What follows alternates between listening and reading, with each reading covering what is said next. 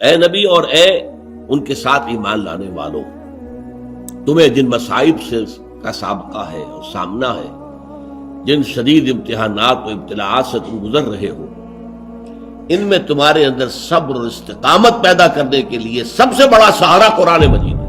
زیادہ سے زیادہ اس کو پڑھو اور پڑھتے رہو اور پڑھتے رہو اور پڑھتے رہو۔ آپ کو معلوم ہے بالکل آغاز میں حضور کو کیا حکم دیا گیا تھا؟ یا ایھا المزمل قم اللیل الا قلیلا نصفہ او انقص منہ قلیلا او زد علیہ ورتل القرآن ترتیلا۔ اے نبی، جو بہت بھاری بوجھ آپ پر ہم ڈالنے والے ہیں، انا سنلقی علیک قولا ثقیلا، بہت بھاری بوجھ، اس کے لیے اپنے آپ کو تیار کر لیجئے۔ تیار کیسے کریں گے؟ ڈنڈ بیٹھ کے نہیں نکالنی ہے، یہاں پہلوانی درکار نہیں ہے، جسمانی پہلوانی۔ یہاں کیا ہے؟ وہ روحانی قوت جو قرآن مجید کی بنیاد پر وجود میں آتی ہے۔ لہذا راتوں کو آپ جاگتے رہا کیجئے سوائے تھوڑے سے حصے کے، یعنی آدھی رات، یا اس میں سے کچھ کم کر لیں یعنی تہائی رات، یا زیادہ کریں 2/3 رات۔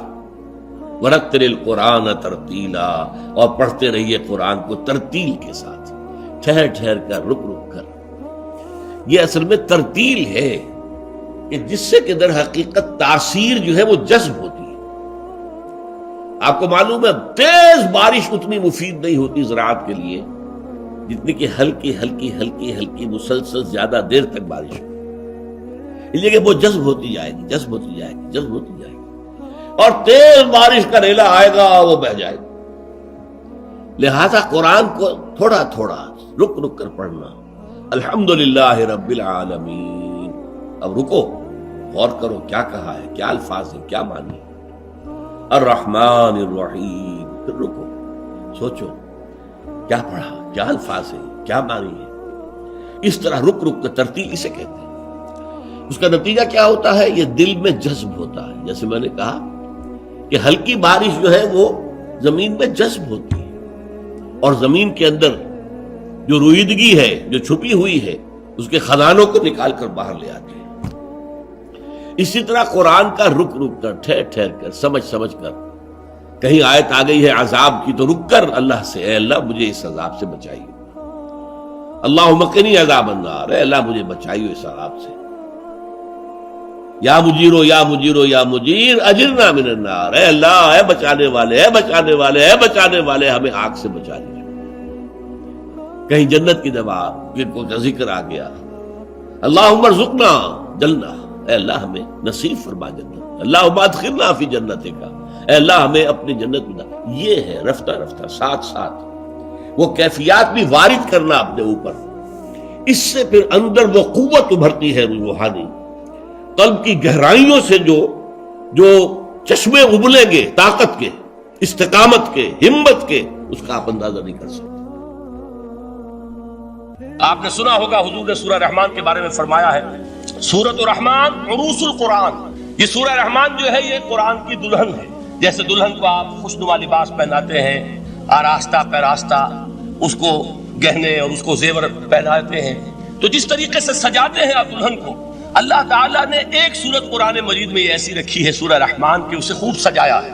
اس میں الفاظ کا در و بست، اس کا اپنا ایک ڈیوائن میوزک ہے۔ وہ تو اللہ تعالیٰ قراء جو ہے، خاص طور پر مصر کے قراء، اللہ تعالیٰ ان پر رحمت نازل فرمائے، ان کی خطاؤں سے درگزر کرے۔ جس طرح قرآن کے انٹرنسک میوزک کو انہوں نے واضح کیا ہے، واقعہ یہ ہے کہ اگر یہ لوگ نہ ہوتے، شیخ عبد الباسط محمد عبد الصمد، شیخ محمود خلیل الحسنی، یہ لوگ کہ جنہوں نے قرآن کے اس غنا، میوزک، یہ لفظ جو ہے آپ حیران نہ ہو کہ میں یہ کوئی شاید توہین کر رہا ہوں قرآن کی، حضور نے یہ لفظ استعمال کیا ہے، تغنو، اس قرآن کو اچھی سے اچھی خوشلہانی کے ساتھ پڑھو۔ من لم یتغن بالقرآن فلیس منا، جو قرآن کو بہتر سے بہتر انداز میں، اچھی سے اچھی آواز میں، خوشلہانی کے ساتھ پڑھنے کی کوشش نہیں کرتا، وہ ہم میں سے نہیں ہے۔ بلکہ ایک مرتبہ حضور رات کے وقت آپ گشت پر تھے اپنے ساتھیوں کے حالات معلوم کرنے کے لیے، حضرت ابو موسیٰ اشعری رضی اللہ تعالیٰ عنہ ایک صحابی ہیں، ان کے گھر کے پاس سے گزر ہوا، وہ رات کو تہجد پڑھ رہے تھے، کھڑے ہوئے کیف کے عالم میں قرآن تلاوت کر رہے ہیں۔ حضور کو بہت پسند آئی ان کی قرات، کافی دیر تک وہاں کھڑے سنتے رہے۔ اب انہیں کیا پتا کون سن رہا ہے، بالکل اسی طرح سمجھ لیجئے ایک بات یاد آئی ہے، حضور فرماتے ہیں کہ جس طرح کان لگا کر اللہ قرآن کو سنتا ہے کسی چیز کو نہیں سنتا. ہمیں نظر نہیں آتا نا, ہمیں معلوم نہیں ہے, ہم قرآن پڑھ رہے ہیں تو سننے والا کون ہے؟ سب سے زیادہ کان لگا کر خود اللہ. یہاں اس لیے مجھے یاد آیا کہ ابو موسیٰ اشعری کو کیا پتا تھا کہ کون سن رہا ہے.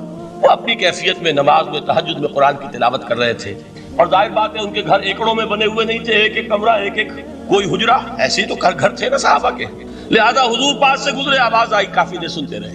اس کے بعد آپ تشریف لے گئے, صبح فجر میں ملاقات ہوئی تو حضور نے تحسین کے انداز میں فرمایا, یا ابا موسیٰ انک قد اوتیت مزمارا من مزامیر آل داؤد. اے ابو موسیٰ, تمہیں تو آل داؤد کے سازوں میں سے ایک ساز اللہ نے عطا فرما دیا.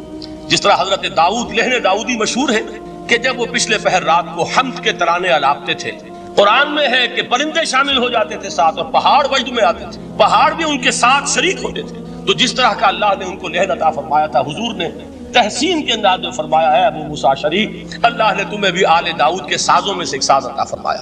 بہرحال قرآن مجید کا جو یہ میوزک ہے, قرآن کے الفاظ کا جو حسن ہے, جہاں تک حسن معنوی ہے وہ تو ہر لفظ میں ہے, لیکن یہ حسن ظاہری, حسن صوتی, حسن لفظی, یہ اپنے کلائمیکس پر آپ کو نظر آئے گا سورہ رحمان. لیکن قرآن میں یہ سورت اس اعتبار سے بھی ممتاز ہے, اس کی 4 آیات پر ذرا توجہ کریں گے, عجیب حقائق سامنے آئیں گے. جہاں یہ قرآن مجید کے حسن صوت اور حسن لفظی کی معراج ہے, وہیں اس کی پہلی 4 آیات میں 4 چوٹی کی چیزوں کا ذکر ہے. سب سے اونچی چیز ہے. پہلی آیت کیا ہے؟ الرحمن. ایک آیت ہو گئی. رحمان کیا ہے؟ اللہ کا نام ہے. کبھی آپ نے غور کیا اللہ کے ناموں میں سب سے پیارا نام کون سا ہوگا؟ رحمان. کیوں؟ اس کا مادہ کیا ہے؟ رحمت. ہمیں سب سے بڑھ کر جس چیز کی ضرورت ہے وہ کیا ہے؟ رحمت خداوندی. نام اچھی طرح سن لیجئے اس حضور کے قول کو.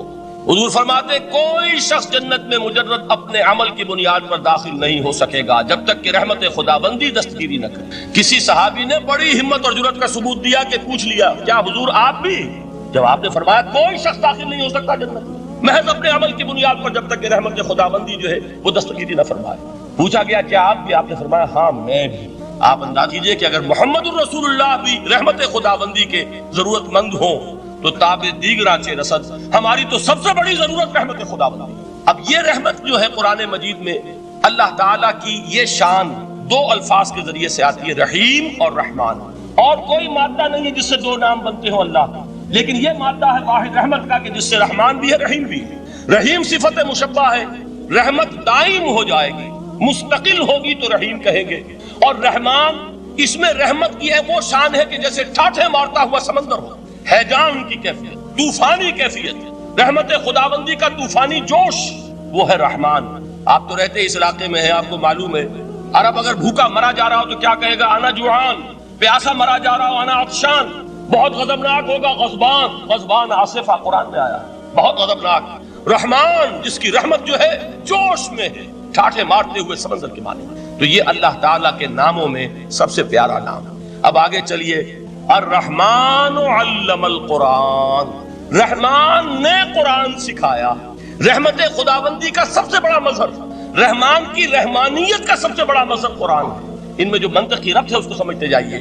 اچھا آپ یہ سوچئے, جو علم بھی انسان کو حاصل ہوا وہ کس نے دیا؟ اللہ نے. سائنس کا علم کس نے دیا؟ اللہ نے. علم آدم الاسماء کلھا. وہ علم الاسماء جو حضرت آدم کو دے دیا گیا تھا ازل میں, یہ اسی کا ظہور ہے, یہ اسی کی ایکسفولیشن ہے جو ہو رہی ہے اور ہوتی رہے گی ابھی. اور دوسرے علم ہے وہ کس نے دیا؟ اللہ نے. لا یحیطون بشیء من علمہ الا بما شاء. مخلوق میں سے کوئی اللہ کے علم میں سے کسی شے کا احاطہ نہیں کر سکتا مگر وہ جتنا اللہ دینا چاہے. لیکن یہ کہ تمام علوم میں چوٹی کا علم قرآن. نوٹ کرتے جائیے, چوٹی کی چیزیں جمع کی. اللہ کے ناموں میں چوٹی کا نام رحمان. اللہ نے جو کچھ انسان کو سکھایا اس میں چوٹی کا علم قرآن. خلق الانسان. انسان کو پیدا فرمایا. سوال یہ کہ حیوانات کو کس نے پیدا فرمایا؟ آسمان کس نے پیدا کی؟ زمین کس نے پیدا کی؟ فرشتے کس نے پیدا کی؟ کیا مطلب خلق الانسان؟ اس کی تمام مخلوقات میں اس کا کلائمیکس, اس کی تخلیق کی معراج, اس کے تخلیق کا نقطہ عروج انسان ہے. یہ ہے کہ جو مسجود ملائک بنا ہے. وَلَقَدْ كَرَّمْنَا بَنِي آدَمَ وَحَمَلْنَاهُمْ فِي الْبَرِّ وَالْبَحْرِ وَرَزَقْنَاهُمْ مِنَ الطَّيِّبَاتِ وَفَضَّلْنَاهُمْ عَلَى كَثِيرٍ مِّمَّنْ خَلَقْنَا تَفْضِيلًا. تو تخلیق میں سب سے اونچی تخلیق انسان کی. علموں میں سب سے اونچا علم قرآن کا. اللہ کے ناموں میں سب سے اونچا نام رحمان. تقاضے پورے کرو. تقاضے کیا ہے؟ ایمان ہے تو عمل درست ہونا چاہیے، ایمان ہے تو جہاد ہونا چاہیے، ایمان ہے تو جان اور مال کھپانی چاہیے۔ تو جو ایمان دوسرے لوگ جس طرح لائے ہیں، حمزہ بھی تو ایمان لائے ہیں، آخر ان کا راستہ تمہیں نظر نہیں آ رہا؟ ابو بکر ایمان لائے ہیں، ان کی طرح ایمان لاؤ۔ تو انہوں نے کیا کہا؟ انؤمن کما آمن السفہاء، کیا ہم اس طرح ایمان لائے جیسے یہ بے وقوف لائے؟ سفیہ کا لفظ تو سبھی جانتے ہیں، یہ سفہاء کسے کہہ رہے ہیں؟ آپ نے پڑھا تو بہت مرتبہ ہوگا ان آیات کو، کبھی سوچا کس کو کہہ رہے ہیں؟ وہ ابو بکر کو کہہ رہے ہیں، وہ حمزہ کو کہہ رہے ہیں، وہ عمر کو کہہ رہے ہیں۔ ان کی تو مت ماری گئی، غر ہؤلاء دینہم، انہیں تو کوئی ہوش ہی نہیں۔ 2 مرتبہ حضرت ابو بکر نے وہ کام کیا ہے کہ ہر ورلڈلی وائز انسان یہ کہے گا کہ حماقت کی ہے، جس کے سامنے دنیا ہے۔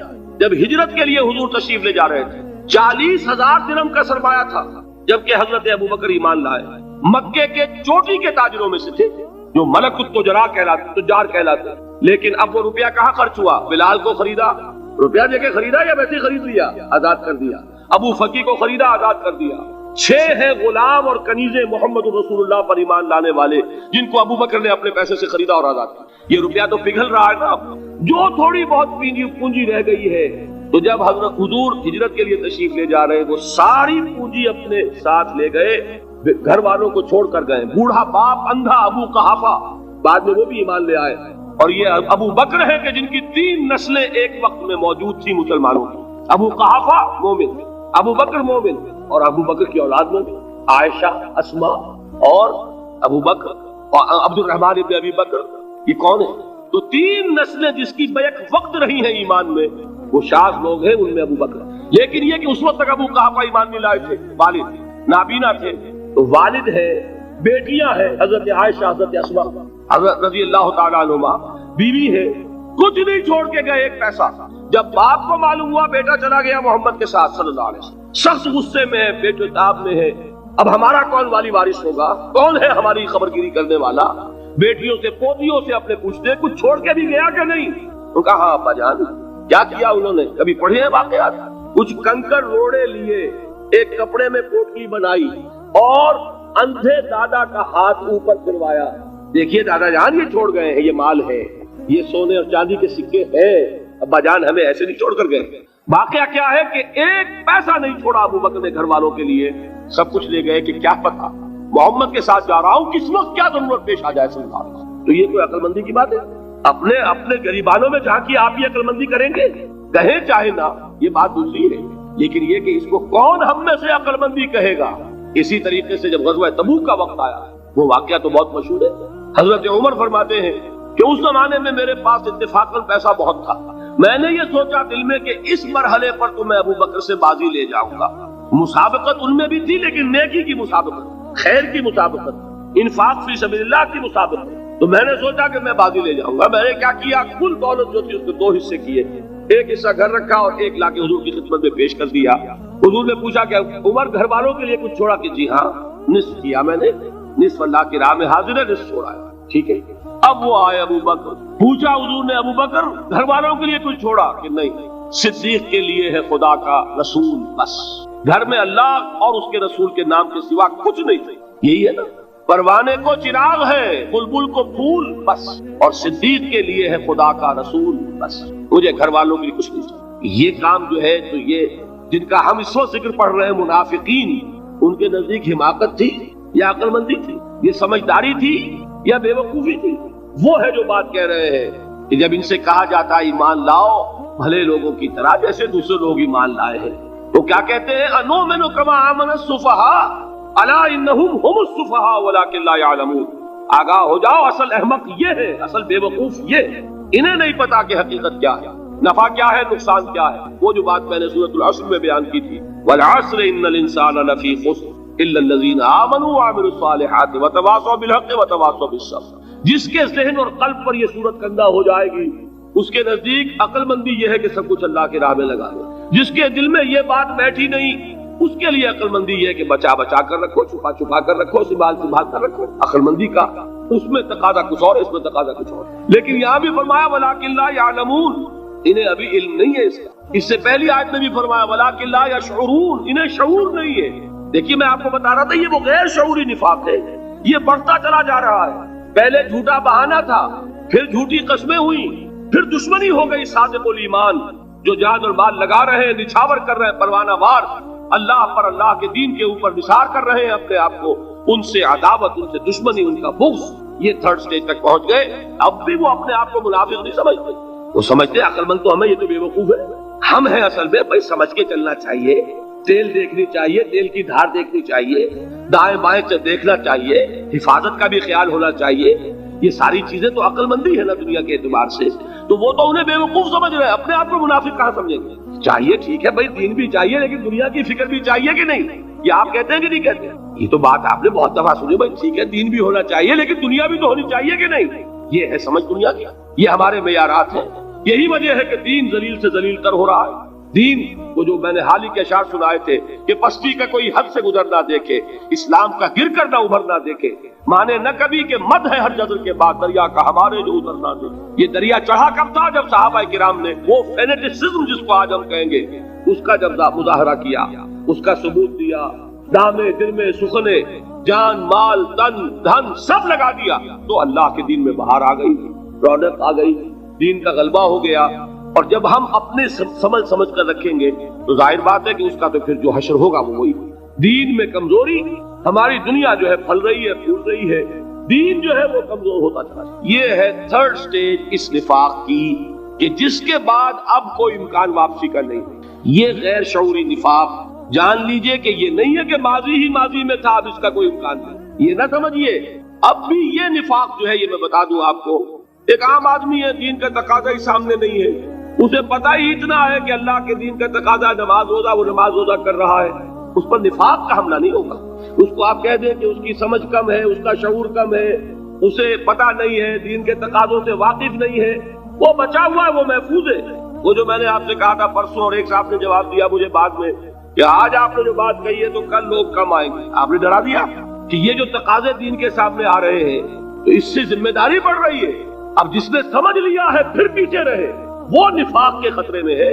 جسے سمجھ ہی نہیں ہے وہ پھر بھی کوئی نہ کوئی عذر پیش کر سکے گا کہ اللہ ان مولویوں سے پوچھ جنہوں نے ہمیں بتایا نہیں، انہوں نے تو دین کے تقاضے ہمیں یہ بتائے نہیں، انہوں نے تو ہمیں نور اور بشر میں چکر دے کے لڑائے رکھا، ان سے پوچھ۔ اصل سے مجرم جو ہے وہ یہ ہے، وہ واقعہ یہ ہے کہ کسی درجے میں بچیں گے کہ دین چاہتا کیا ہے، دین کے تقاضے کیا ہے، توحید کی حقیقت کیا ہے، شرک کی حقیقت کیا ہے، اس کی طرف اگر توجہ ہی نہیں دلائی جا رہی اور اس غریب کو پتہ ہی نہیں، اسے پتہ ہی صرف یہ ہے کہ کھڑے ہو کر سلام پڑھنے میں اتنا فائدہ ہوتا ہے، وہ پڑھ رہا ہے بیچارہ، لہذا اس کا معاملہ آسان ہے بنسبت اس شخص کے کہ جس کے سمجھ میں آ گیا ہو، بات اس نے پالی ہو، دین یہ چاہتا ہے، دین اپنا غلبہ چاہتا ہے۔ علامہ اقبال نے غالب پر ایک جو نظم لکھی ہے باغ درا میں ہے، اس کا ایک شعر بڑا پیارا ہے، گیسوئے اردو ابھی منت پذیر شانہ ہے، شمع یہ سودائی یہ دل سوزی یہ پروانہ ہے۔ یہ دین جو ہے یہ تو چاہتا ہے کہ اہل ایمان پروانہ وار اس شمع پر نثار ہو، جانے لگا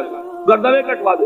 وَلَا تَقُولُوا لِمَنْ يُقْتَلُ فِي سَبِيلِ اللَّهِ أَمْوَاتٌ بَلْ أَحْيَاءٌ وَلَكِنْ لَا تَشْعُرُونَ۔ اور اگر اس سے پیچھے ہٹیں گے، قدم پیچھے ہٹا نہیں کہ نفاق کی زد میں آئے نہیں، وہ نفاق کی پہلی stage, second stage, third stage, وہاں پہنچ گئے، واپسی نہیں۔ اس کے لیے ایک اور دو آیات میں چاہتا ہوں کہ اس سے اس حقیقت کو اور سمجھ لیں اچھی طرح، تاکہ کوئی اشکال نہ رہ جائے۔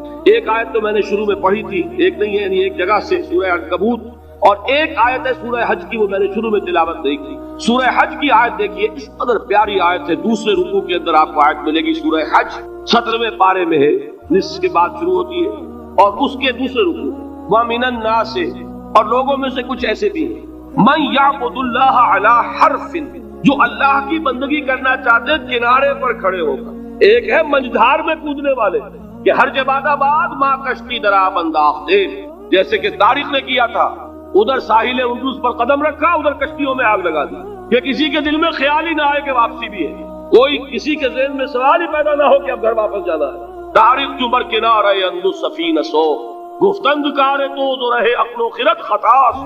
دیکھیے وہی عقل اور بے وقوفی والی بات آ گئی، لوگوں نے کیا یہ طارق کیا کیا، عقل مندی کی روح سے تو یہ غلطی کی تم نے۔ عقل تو یہ سکھاتی ہے کہ ذرا سنبھل کر چلو، جذبہ یہ کہتا ہے کہ نہیں، واپسی کا کوئی سوال نہیں۔ اس نے اقبال نے یہی نقشہ کھینچا ہے کہ بے خطر کود پڑا آتش نمرود میں عشق، عقل ہے